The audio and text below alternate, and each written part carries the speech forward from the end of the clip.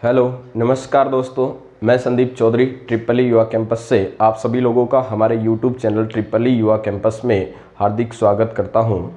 जैसा कि हमने पिछली 2 क्लासों में मैथ्स का एडवांस पार्ट स्टार्ट किया था मेंसुरेशन, उसमें 2 क्लास में अपन ने त्रिभुज के बारे में पढ़ा था और उसी को आगे कंटिन्यू करेंगे। तो आज अपन पढ़ेंगे समबाहु त्रिभुज, इक्विलैटरल ट्रायंगल जिसको इंग्लिश में कहा जाता है। तो सबसे पहला ये सुनिए आप कि इसके अंदर ये जो इसका नाम है इसी में इसकी परिभाषा है।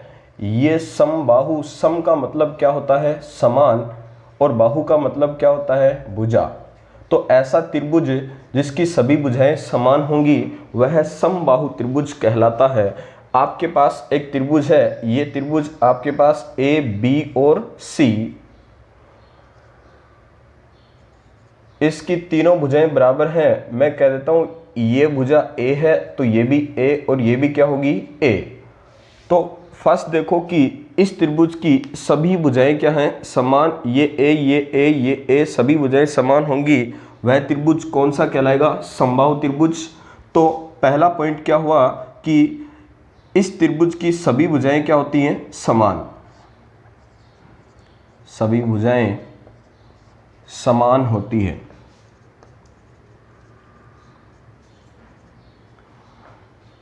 नेक्स्ट आपके पास भुजाएं समान तो सभी कोण भी समान होंगे। सभी कोण 60 डिग्री के होते हैं। प्रत्येक कोण जो है वो कितने डिग्री का होगा 60 डिग्री का। आप कह सकते हो ये भी 60 डिग्री का होगा, ये भी 60 डिग्री का होगा और ये भी कितने डिग्री का होगा 60 डिग्री का।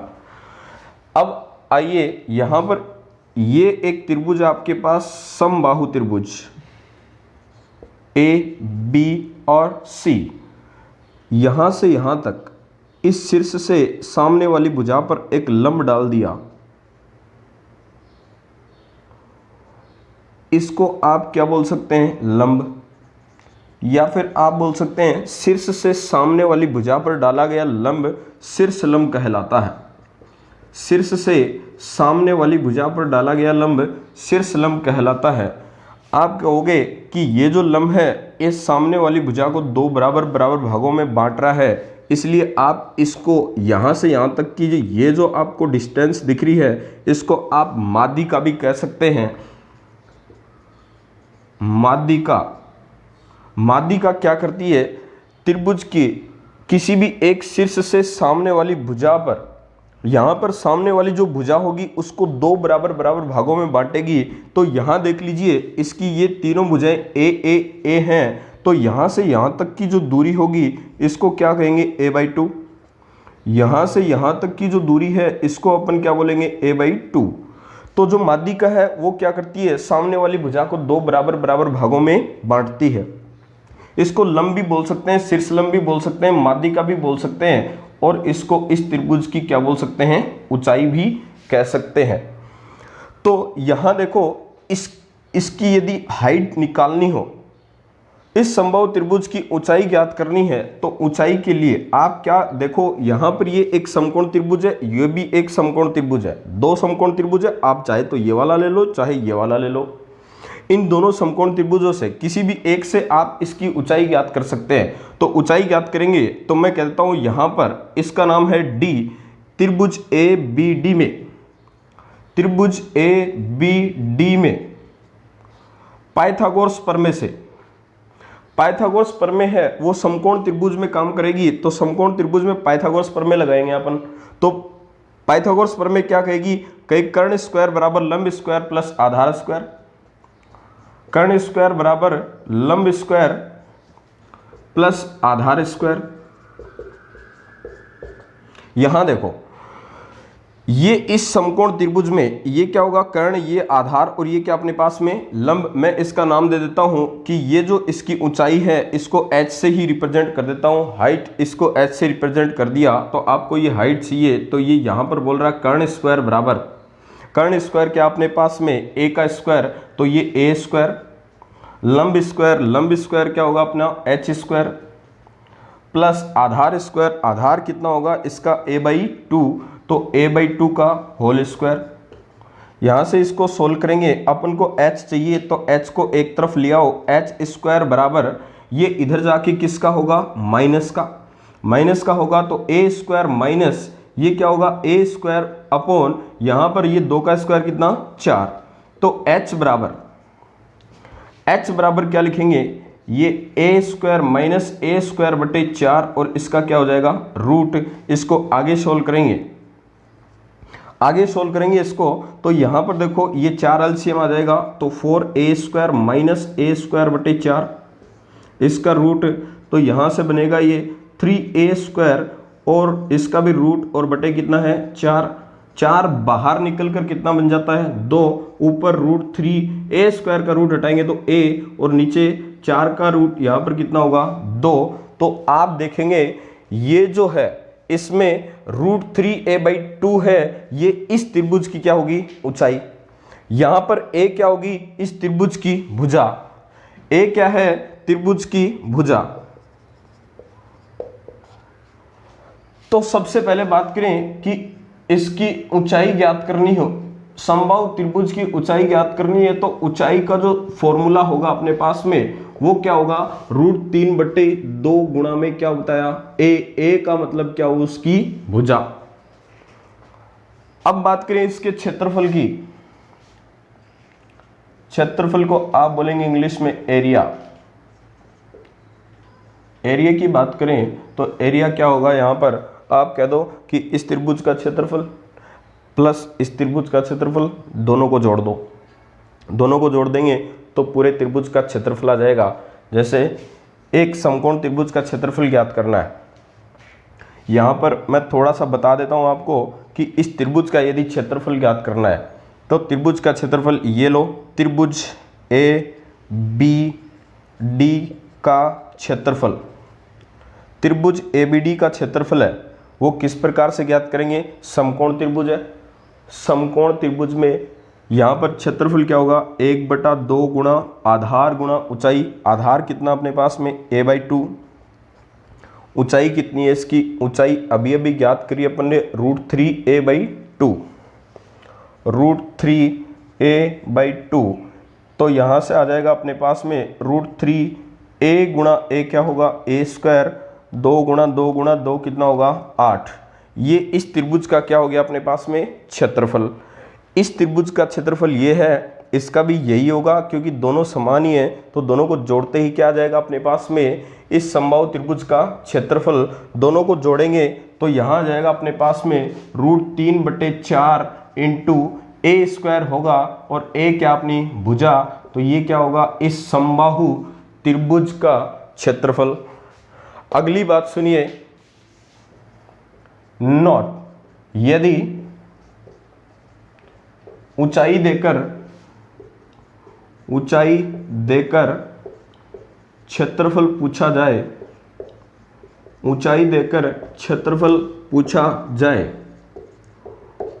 ऊंचाई देकर क्षेत्रफल पूछेगा तो आप डायरेक्ट भी कर सकते हैं, वैसे ऊंचाई से आप पहले भुजा ज्ञात कर सकते हैं, भुजा से क्षेत्रफल ज्ञात कर सकते हैं, लेकिन आप दोनों की वजह से आप एक ही फॉर्मूला काम में ले सकते हो।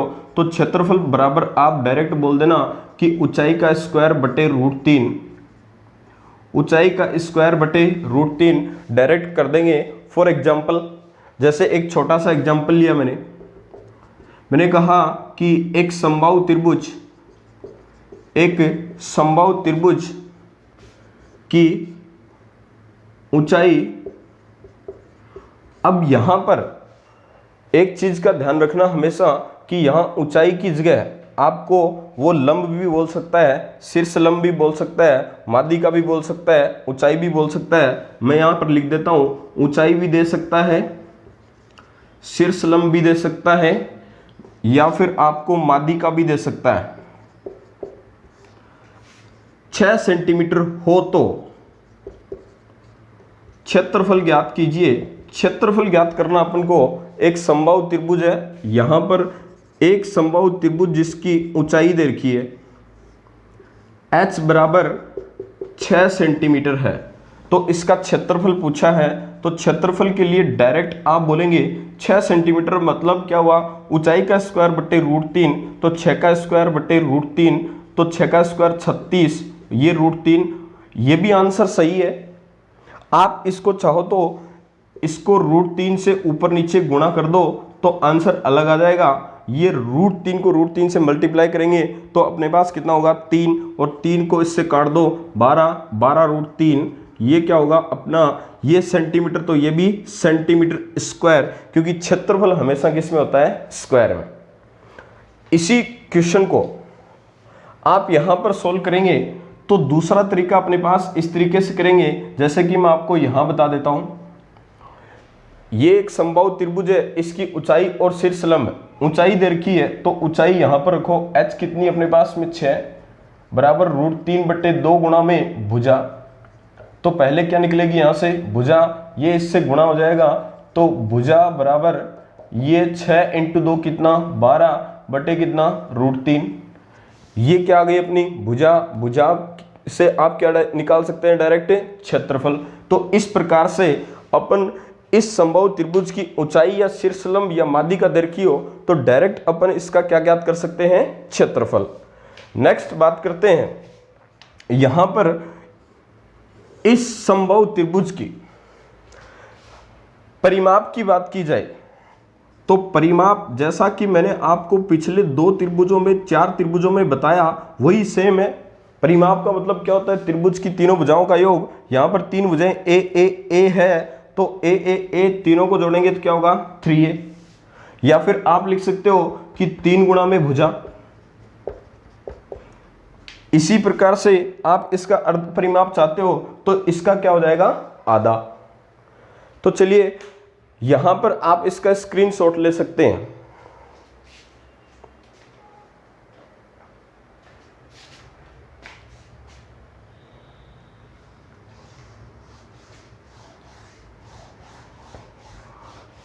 नेक्स्ट देखिए, समबाहु त्रिभुज के अंतःवर्त की त्रिज्या और परिवर्त की त्रिज्या।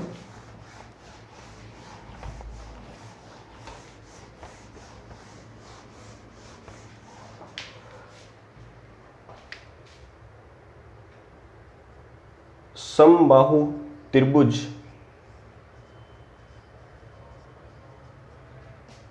के अंतःवर्त की त्रिज्या, अंतःवर्त की त्रिज्या, जैसा कि मैंने आपको विषमबाहु त्रिभुज में एक फॉर्मूला लिखाया था कि अंतःवर्त, आप देखिए यहाँ पर एक त्रिभुज है, इसके अंदर आपने एक वर्त बनाया, इस त्रिभुज के अंदर एक वर्त बनाया, तो यहाँ से यहाँ तक मैंने कहा ये इस वर्त की त्रिज्या है, इसको मैंने r से रिप्रेजेंट कर दिया। ये अपनी त्रिज्या कौन सी है, अंतःवर्त की त्रिज्या।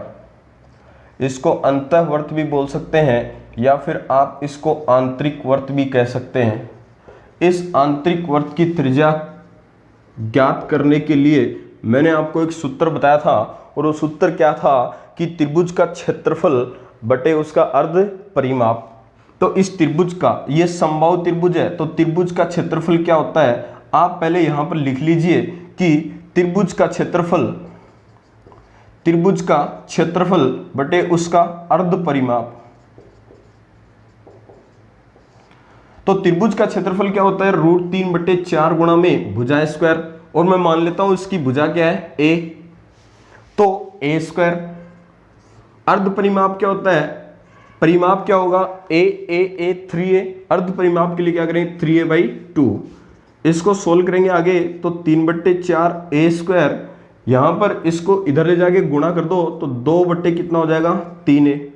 अरे इसको ऊपर ले जाएंगे तो ये जस्ट क्या हो जाएगा उल्टा, तो यहां से a से क्या काट दिया a, इससे क्या काट दिया 2 बार, तो अपने पास आया ये √3a, और बटे में क्या है 2 × में कितना 3, ये भी ठीक है। या फिर आप देखो इस 3 को अपन क्या लिख सकते हैं, √3 गुणा √3, तो √3 से क्या काट दिया √3, तो ऊपर कितना बचा हुआ था a/2 √3, ये क्या होगा इस समबाहु त्रिभुज की अंतःवर्त की त्रिज्या। आप इसको इस प्रकार से सोल्व करने की जरूरत नहीं है, आप डायरेक्ट याद रखना r बराबर क्या होगा कि a बटा 2√3, या फिर मैं डायरेक्ट लिख देता हूं भुजा बटे 2√3। ये आप अंतःवर्त की त्रिज्या का डायरेक्ट फॉर्मूला याद रख सकते हैं। ये मैंने सोल्व करके बता दिया कि इस प्रकार से ज्ञात करेंगे। ये आप डायरेक्ट याद रखेंगे कि समबाहु त्रिभुज के अंतःवर्त की त्रिज्या क्या होगी, भुजा बटे 2√3। नेक्स्ट देखिए, समबाहु त्रिभुज के समबाहु त्रिभुज के परिवर्त की त्रिज्या, परिवर्त की त्रिज्या, परिवर्त की त्रिज्या आपके पास एक समबाहु त्रिभुज है, इसके बाहर से एक वर्त खींच दिया तो आप कहेंगे ये जो वर्त है ना ये परिवर्त है, और इस परिवर्त की त्रिज्या चाहिए यहां से यहां तक की इस दूरी को मैंने r नाम दिया, ये क्या है इसकी त्रिज्या। तो परिवर्त की जो त्रिज्या है, परिवर्त की त्रिज्या का जो सूत्र बताया मैंने पिछली क्लास में, ये वीडियो देखने से पहले आप 2 क्लास हो चुकी है उनको जरूर देखें ताकि आपको अच्छे से समझ में आएगा। परिवर्त की जो त्रिज्या है उसके लिए मैंने सूत्र बताया था कि त्रिभुज की भुजाओं का गुणा, त्रिभुज की भुजाओं का गुणा बटे 4 गुणा त्रिभुज का क्षेत्रफल। तो त्रिभुज की भुजाओं का जो गुणा है वो आपके पास, मान लीजिए कि ये त्रिभुज है, समबाहु त्रिभुज है, तो इसकी तीनों भुजाएं क्या होंगी, a और a। तो त्रिभुज की तीनों भुजाओं का गुणा क्या होगा, a गुणा a गुणा a क्या होगा, a³ बटे 4 गुणा त्रिभुज का क्षेत्रफल √3 बटे 4 गुणा में भुजा का स्क्वायर। यहां से इसको सोल्व करेंगे तो ये a² से a² कट गया, ऊपर के 4 से क्या काट दिया 4, तो ऊपर a और नीचे क्या बच गया √3। तो यहां पर देखो a बटा √3 मतलब क्या हुआ, भुजा बटे √3। तो इसको सीधा याद रखना कि इसकी जो रेडियस है अपने पास में r बराबर क्या याद रखना आपको कि भुजा बटे √3 होता है। समबाहु त्रिभुज के अंतःवर्त की जो त्रिज्या है वो परिवर्त की त्रिज्या की क्या होगी, हमेशा आधी। जैसे यहां देखो ये जो त्रिज्या है वो भुजा बटे 2√3 है, और ये क्या अपने पास में भुजा बटे √3, इसलिए आप कह सकते हो कि समबाहु त्रिभुज के अंतःवर्त की त्रिज्या परिवर्त की त्रिज्या की तो क्या होती है, आधी। या फिर आप ऐसे भी बोल सकते हो कि समबाहु त्रिभुज के परिवर्त की त्रिज्या है वो अंतःवर्त की त्रिज्या की क्या होगी, दुगुनी। इसी प्रकार से मैं यहाँ पर 2 छोटे छोटे एग्जाम्पल दे रहा हूँ आपको, उसको समझिए आप अच्छे से। इसका एक स्क्रीनशॉट ले सकते हैं आप।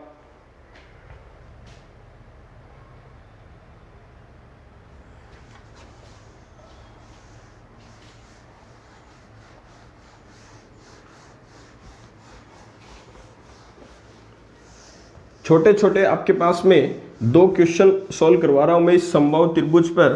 फिर नेक्स्ट क्लास में अपन त्रिभुज पर जितने भी क्वेश्चन हो सारे के सारे सॉल्व करेंगे। तो देखिए आपके पास एग्जाम्पल है, यहां पर एक समबाहु त्रिभुज, एक समबाहु त्रिभुज का क्षेत्रफल 36√3 सेंटीमीटर स्क्वायर हो तो अंतःवर्त व परिवर्त की त्रिज्याएं ज्ञात कीजिए।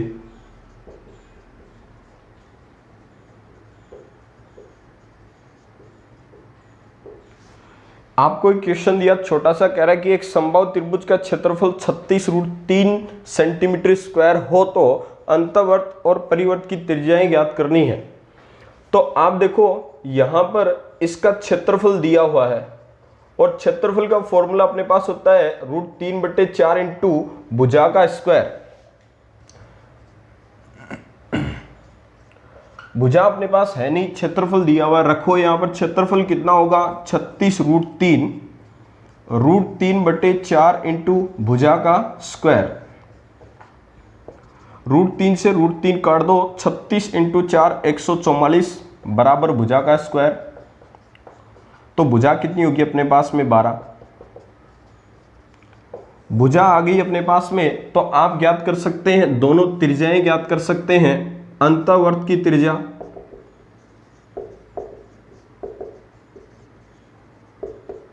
और परिवर्त की त्रिज्या।